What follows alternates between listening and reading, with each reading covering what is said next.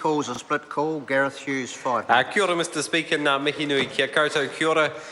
Just the last speaker got the formal title for the architect of charter schools, David Seymour, incorrect. But I guess I'm not surprised because it's an entirely secretive role, not open to the Official Information Act. So I'm not surprised that government members don't actually know the formal title of their support parties, the parties which are foisting charter schools on the kids of New Zealand. It's not surprising, Mr Speaker. Now, Mr Speaker, there's some parts of the bill the Green Party supports. We've heard that from our education spokesperson, Catherine Delahunty. But the thing that rang true for me in her speech was what this bill really is. It's the business of education bill.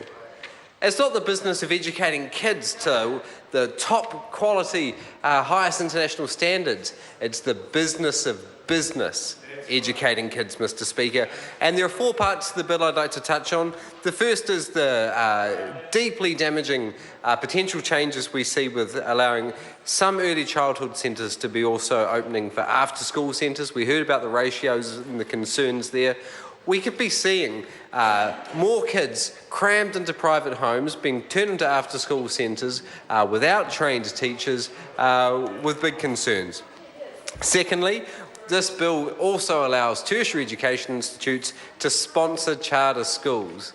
Now, the thing is, Mr Speaker, we've only seen, I believe, I may be wrong, only a single applicant was declined from running a charter school. That was, of course, Destiny Church, the only one the government didn't want to see running a charter school.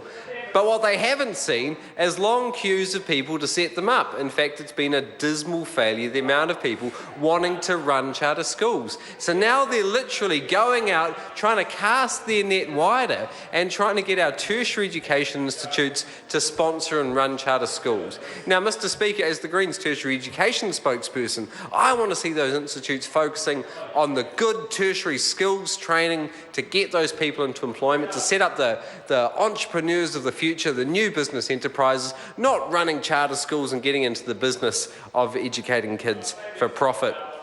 Our big concern, Mr Speaker, of course, is when you allow private training establishments, of which we have seen some concerning practices in New Zealand over many years. Are these the groups we want to see also running these secretive charter schools? And of course, when these TEIs, Tertiary Education Institutes, become a sponsor of a charter school, their employees, currently state employees, are removed from the current provisions that apply to state employees, for example, the Official Information Act. Thirdly, we also see a change to tertiary education institutes when it comes to setting their fees.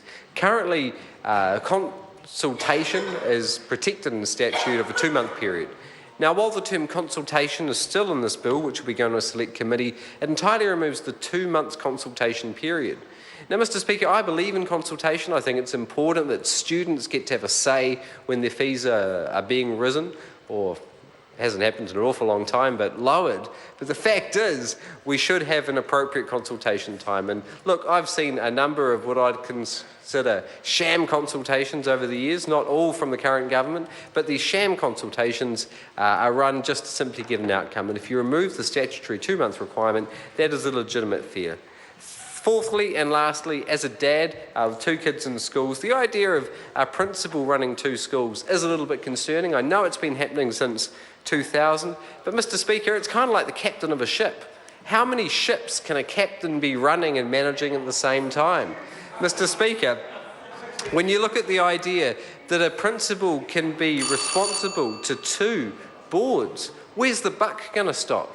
Where's, as a parent, able to go to a school and know where the principal is, which office they'll be in that day? Mr Speaker, I think it's important that while there is a case, and we've heard the argument of the rural schools, we need to set some common sense, Mr Speaker, and parents want to know that their kids' education is going to have someone where the buck's going to stop, responsible to a board. So, Mr Speaker, what we see here is another education bill focused on the business of education with an emphasis on business.